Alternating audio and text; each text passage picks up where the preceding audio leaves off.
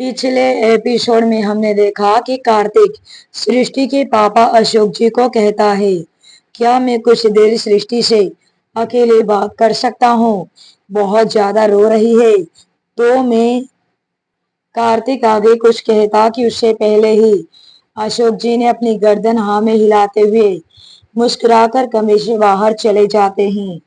अशोक जी के जाने के बाद कार्तिक दरवाजा बंद करता है और कार्तिक के भाव एकदम से बदल जाते हैं।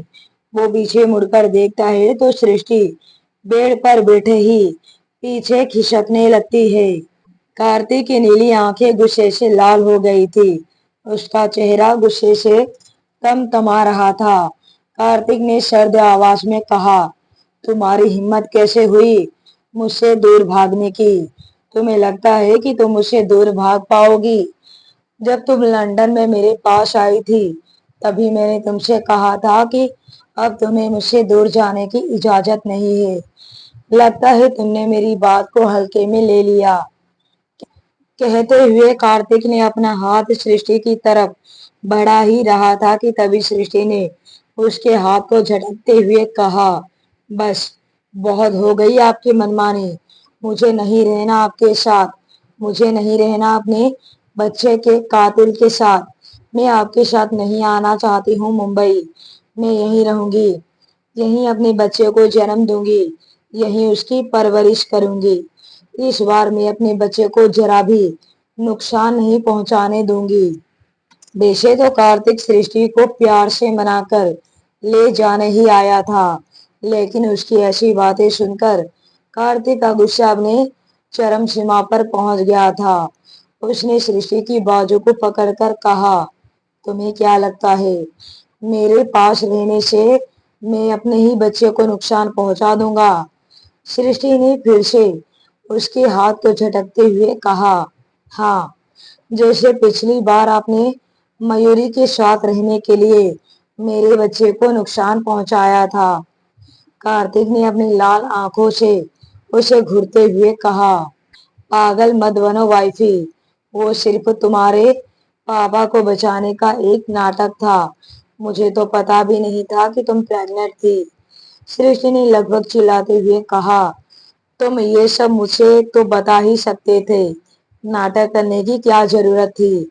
मैं कहीं नहीं जाऊंगी तुम्हारे साथ। सृष्टि ने अपना मुंह फेरते हुए कहा। कार्तिक ने एक गहरी सांस छोड़ी और कहा, तुम नहीं समझोगी वाइफी कि मैंने तुम्हें क्यों नहीं बताया था। उसने अलमारी से एक साड़ी निकालकर बेड पर रखते हुए कहा, तुम्हारे पास 10 मिनट का टाइम है। जल्दी से तैयार हो जाओ। हम अभी के अभी मुंबई के लिए निकल रहे हैं। सृष्टि ने गुस्से में कहा, मैंने कहा ना आपसे कि मैं कहीं नहीं जा रही हूँ। कार्तिक एक तिरछी मुस्कान के साथ बोलता है, तुम अपने पापा से क्या कहोगी? सृष्टि ने कहा, ये तुम्हारी परेशानी नहीं मेरी परेशानी है। मुझे पता है कि अपने पापा को क्या समझाना है। आप जा सकते हैं। कार्तिक ने सृष्टि के चारों ओर चक्कर लगाते हुए कहा, वैसे वाइफी, मुझे नहीं पता कि तुम अपने पापा को क्या कहोगी, लेकिन मैं तुम्हें बता सकता हूँ कि मैं उनसे क्या कहूँगा। मैं उन्हें बताऊंगा कि उनकी बेटी प्रेग्नेंट है और वो इस हालत में मुझसे तलाक चाहती है। तो पता है उन पर क्या गुजरेगी। हो सकता है कि उन्हें बहुत बड़ा सदमा लगे या फिर हार्ट अटैक भी आ सकता है। सृष्टि ने घुरकर कार्तिक को देखा तो कार्तिक ने कहा, इसलिए तो वाइफी तुमसे बोल रहा हूँ ये पागलपन छोड़ो। 10 मिनट में तैयार हो जाओ, नहीं तो मैं खुद अपने हाथों से तुम्हें साड़ी पहना सकता हूँ। मुझे कोई ऐतराज नहीं। दूसरी तरफ अनुराधा अपने कमरे में बेड पर बैठी हुई थी। उसने अपना सिर बिस्तर के सिरहाने में टिका रखा था, अपनी आंखें बंद कर रखी थी। अनुराधा को अजय पर बहुत ही ज्यादा गुस्सा आ रहा था और अनुराधा की आंखों से आंसू बह रहे थे। तभी अनुराधा को दरवाजा खुलने की आवाज आती है।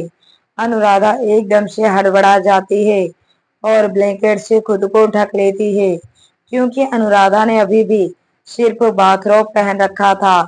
उसके अलावा अनुराधा के जिस्म पर एक भी कपड़ा नहीं था। और जब अनुराधा देखती है इसकी सामने अजय खड़ा है। अजय को देखकर अनुराधा को बहुत ही ज्यादा गुस्सा आता है। उसने एकदम से अपने ब्लैंकेट को साइड में रखती है और गुस्से में चिल्लाते हुए बोलती है, आपकी हिम्मत भी कैसे हुई मुझे यहाँ बंद करके जाने की? आप मेरे साथ ऐसा कैसे कर सकते हैं? मैं आपकी बीवी हूँ, कोई गुलाम नहीं जिसे आप कमरे में बंद करके रखेंगे। और तो और मुझे अपने स्टाफ को कपड़े देने के लिए भी मना कर रखा है। मतलब क्या है इन सब बातों का? कोई अपनी बीवी के साथ ऐसा कैसे कर सकता है? अजय एक तंज भरी मुस्कान के साथ अनुराधा को ताना मारते हुए कहता है, तो तुम्हें याद है कि तुम मेरी बीवी हो और मैं तुम्हारा पति। वैसे तुमने ही मुझे कहा था कि तुम मुझसे छुटकारा पाना चाहती हो और अभी तुम मुझे अपना पति बुला रही हो। अजय की बात सुनकर अनुराधा खामोश हो जाती है और अपनी नजरें चुराने लगती है। तभी अनुराधा अजय को अपनी सफाई देने के लिए कुछ बोलने ही वाली थी कि तभी उसका ध्यान अजय की सिर पर बंधे पट्टी पर जाता है। अनुराधा के चेहरे पर एकदम से परेशानी के भाव आ जाते हैं। अनुराधा एकदम से अजय के पास आकर अजय के सिर के पट्टी को छूते हुए चिंता भरी आवाज में बोलती है, क्या हुआ आपको? ये चोट कैसे लगी? अजय गुस्से में अनुराधा के हाथ को झटक देता है और फिर गुस्से में अनुराधा को ताना देते हुए कहता है, दिखावटी फिक्र करने की जरूरत नहीं है। मरा नहीं हूँ, जिंदा हूँ। मर जाता तो भी तुम्हें ज्यादा कुछ फर्क नहीं पड़ता। अनुराधा लाचार नजरों से अजय को देखने लगती है। अजय की बोली गई हर एक शब्द अनुराधा को अपने दिल में खंजर की तरह लग रही थी। अजय अपने साथ में लाई हुई बैग को बेड पर फेंकते हुए बोलता है, तुम्हारे पास 15 मिनट का टाइम है, जल्दी से तैयार हो जाओ। हम अभी इसी वक्त मुंबई वापस जा रहे हैं।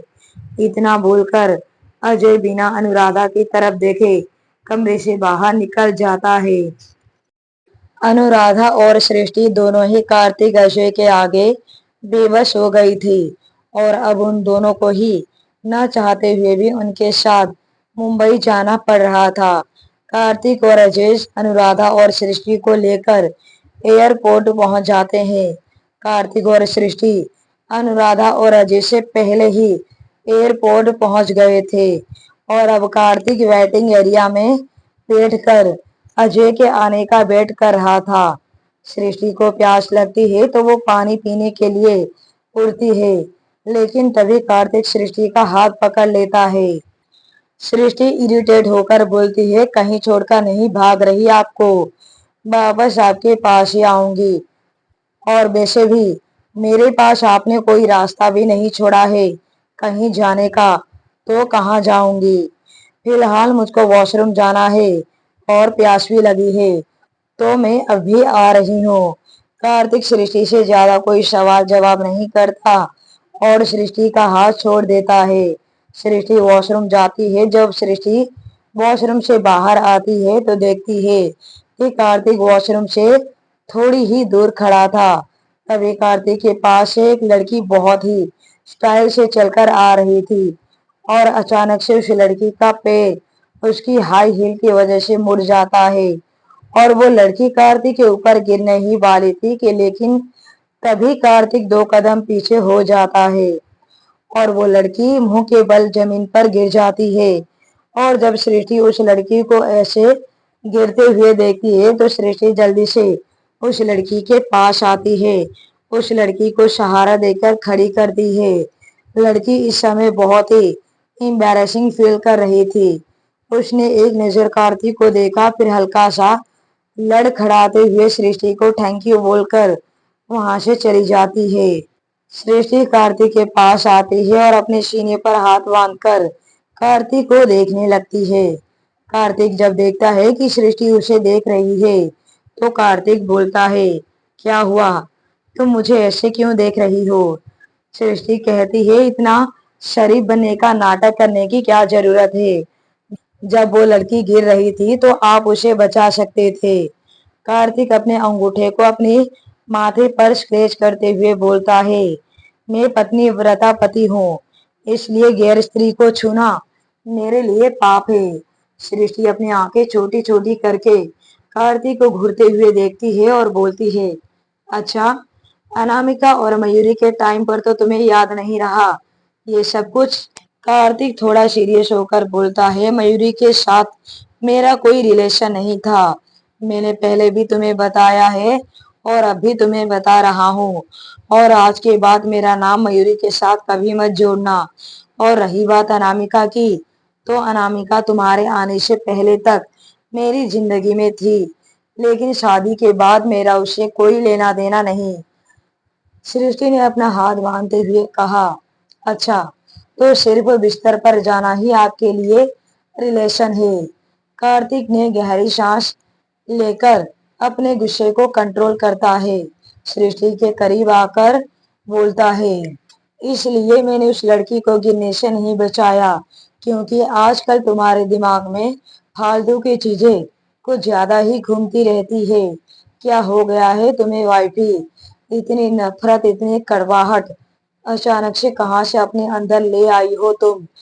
हमारे रिश्ते के बीच में नफरत को इतनी जगह मत दो वाइफी कि हमारा रिश्ता ही खराब हो जाए। पुरानी बात को जितना आग दोगी, सिवाय दर्द और तकलीफ के कुछ नहीं मिलेगा।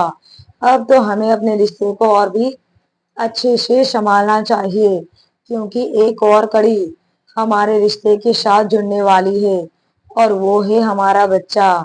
हमारा बच्चा हमारे रिश्ते और हमारे प्यार की निशानी बनकर इस दुनिया में आएगा।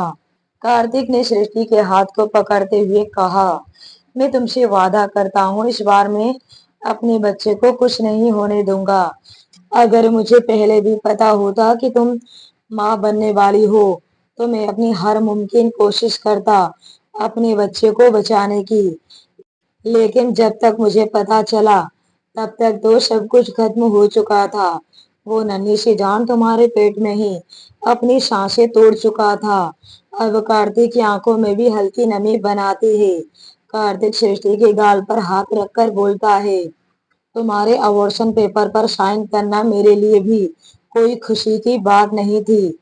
जितना तुम तड़प रही हो, उतना मैं भी तड़पा था जब मुझे पता चला कि हमारा बच्चा दुनिया में आने से पहले ही मर चुका है। लेकिन उस वक्त मेरे सामने और कोई रास्ता नहीं था, मुझे तुम्हें बचाना था।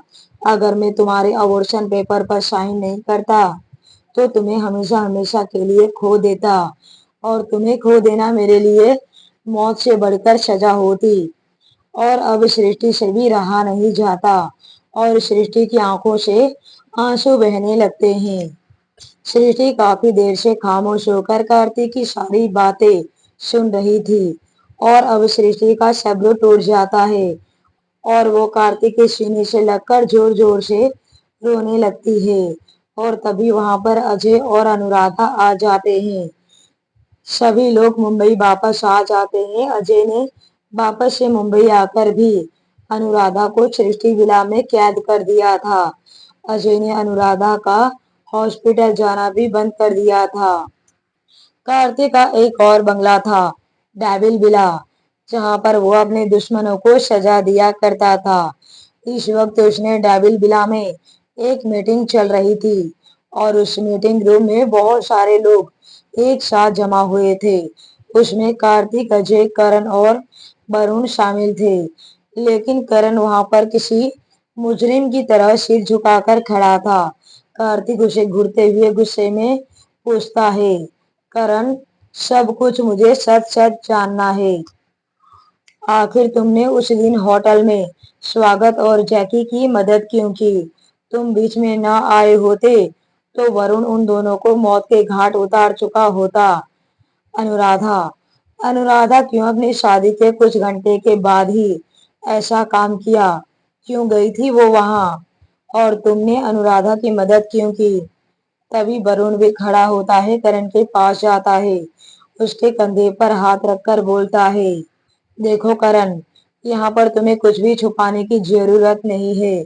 तुम अगर हमेशा सच बताओगे तो तुम भी जानते हो कि तुम्हारी कितनी बड़ी मदद हो जाएगी। हम तुम्हारी मदद कर पाएंगे और हम अनुराधा को बहुत ही अच्छे से जानते हैं बचपन से। अनुराधा सिर्फ कार्तिक सर की बहन नहीं है, वो हमारी भी बहन है। सच सच बताओ बात क्या है? करण कार्तिक को देखते हुए कहा।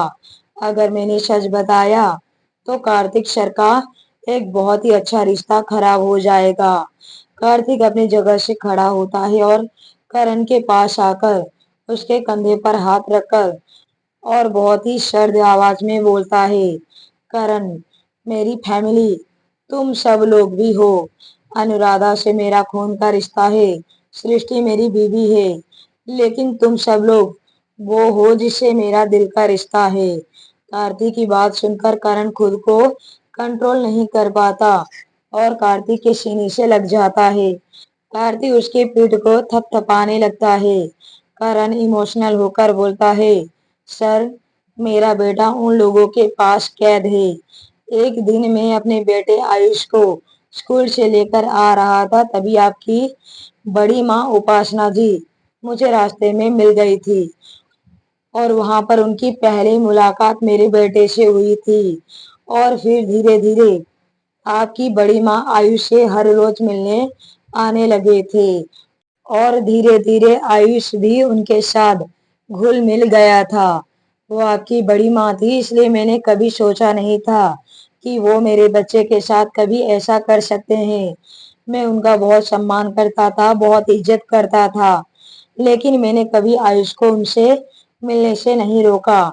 एक दिन उन्होंने आयुष को स्कूल से किडनैप कर लिया और मेरे सामने कंडीशन रखा कि मुझे स्वागत और जेकी को आपसे प्रोटेक्ट करना है। मैं तो तभी समझ गया था कि वो कुछ ऐसा करने वाले हैं जिससे स्वागत और जेकी को मेरी जरूरत पड़ेगी और मुझे उन्हें वहां पर आकर प्रोटेक्ट करना होगा। कार्तिक को अपनी बड़ी माँ के ऊपर गुस्सा आ रहा था। कार्तिक का गुस्सा था कि हर बार कोई ना कोई अपना ही उसके सामने दुश्मन बनकर खड़ा हो जाता है। दूसरों से लड़ते हुए इतना दुख नहीं होता जितना अपनों से लड़ते हुए होता है। कार्तिक उपासना जी को अपनी खुद की माँ से भी ज्यादा मानता था, उनका बहुत सम्मान करता था, लेकिन उपासना माँ कभी इतनी हद तक गिर जाएंगे कार्तिक ने कभी सोचा नहीं था। जब उपासना माँ सृष्टि को जहर दिया था, कार्तिक को ये बात पता चल गया था कि जहर वाला दूध उपासना माँ ने ही सृष्टि को पिलाया है। लेकिन तभी कार्तिक ने उपासना माँ पर विश्वास किया था कि वो ऐसा नहीं कर सकती। शायद उनसे कोई गलती हो गई होगी, उन्होंने गलती से सृष्टि को जहर वाला दूध पिला दिया होगा या उनके पीछे कोई और होगा। इसलिए कार्तिक ने उस समय कोई बड़ा कदम नहीं उठाया था, लेकिन अब अपने फैसले पर कार्तिक को पछतावा हो रहा था। तभी अजय अपनी जगह से खड़ा होता है और कहता है, ठीक है करण, तुमने अपने बेटे के लिए ये सब कुछ किया, लेकिन अनुराधा, उसने ऐसा क्यों किया? करण ने अपना सिर झुकाकर थोड़ा हकलाते हुए कहा, सर, वो जैकी, वो जब सृष्टि विला में रहता था तब उसने छुपकर अनुराधा मैडम को नहाते हुए कुछ ऐसी वीडियो बना ली थी। साथ ही जब अनुराधा मैडम जैकी के साथ एक बार होटल में डिनर पर गए थे तो जैकी ने मैडम के साथ जबरदस्ती करने की कोशिश करी थी।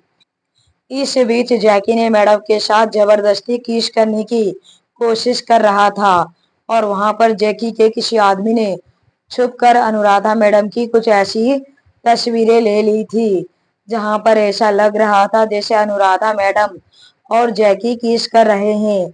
और वो वीडियो और पिक्चर्स की वजह से जैकी अनुराधा मैडम को ब्लैकमेल कर रहा है।